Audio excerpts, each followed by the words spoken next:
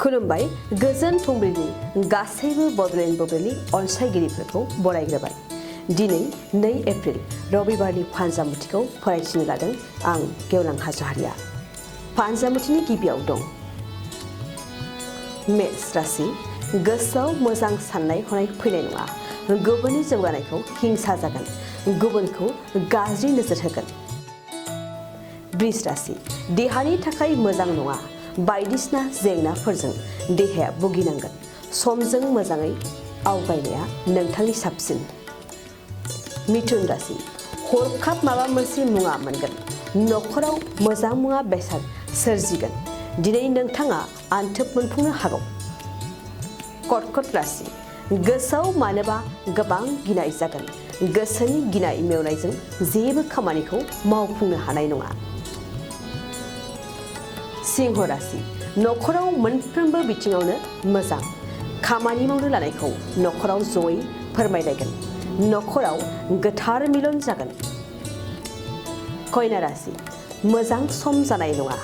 माबेबा मोनसे जेंनाखौ लानानै गोसो गाज्रि जागोन।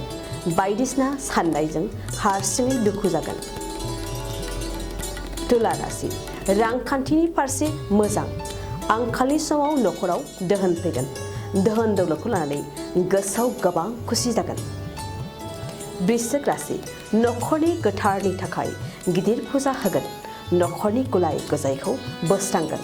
साननाय हनायफोरा उदां जागोन। धनु राशि। नोंथांनि जायखिजाया खामानियावनो नखरा हेंथा होगोन। गोसोनि थांखिफोरा आद्रा जागोन।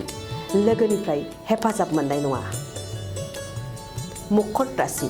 दुखु दाहानि गेजेरजों सोलिलांनांगोन। नखराव एसे जेंनायानो गिदिर जानांगोन। दुखु गोसोजों मोजांनि फारसे साननो हानाय नङा।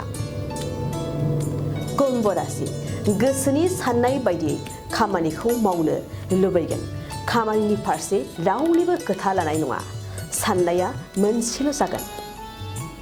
मीन राशि। नखराव मोजां अनलायनाय फैगोन। गोसोनि उदां आरो सान्थिजों संसार खुंगोन। बिसि फिसायनि गेजेराव मोजांसिन सोमोन्दो जागोन। दिनै सानसेनि राशि फरायथियाबो एसेनोसै। आसा खालामो नोंथांनि दिनैनि साना मोजाङै मोजां थांगोन। बेखौ बडलेण्ड बुब्लि नखरनिफ्राय मिजिंथिबाय। गोजोन्थों। 2023-24 सोलोंथाइ बोसोरनि थाखाय गोदान मुं थिसननाय लानानै फैदों बडलेण्ड एकाडेमि सिनियर सेकेन्डारि फरायसालिया। क'क्राझार जिल्लानि तिनिआलियाव थानाय बर' बिजोंनि बडलेण्ड एकाडेमि सिनियर सेकेन्डारि फरायसालिया दायो केजिनिफ्राय 9 थाखोसिमनि गोदान मुं थिसननायखौ लागासिनो। बडलेण्ड एकाडेमि सिनियर सेकेन्डारि फरायसालियाव गुनगोनां सोलोंथाइ होनायजों लोगोसेयैनो नोंथांमोना बे फरायसालियाव थानाय जानायनि हस्टेल खाबुखौ मोननो हागोन। बेजों लोगोसेयैनो बे फरायसालियाव एक्सट्रा टिउसन आरो इंलिश स्पिकिं कर्सखौबो फरायसाफोरनो होनाय जायो। गोसो गोनां फरायसाफोरा मुं थिसननायखौ बाङाय बेसेनावनो मोननो हागोन। बेनिखायनो बडलेण्ड एकाडेमि सिनियर सेकेन्डारि फरायसालियाव फरायसा एबा नोंथांमोनहा मुं थिसननायनि बागै मिन्थिनोब्ला नैबे मबाइल नम्बर 9101488399 नङाब्ला थोंजों फरायसालियाव थांनानै खौरां लाहैनो हागोन।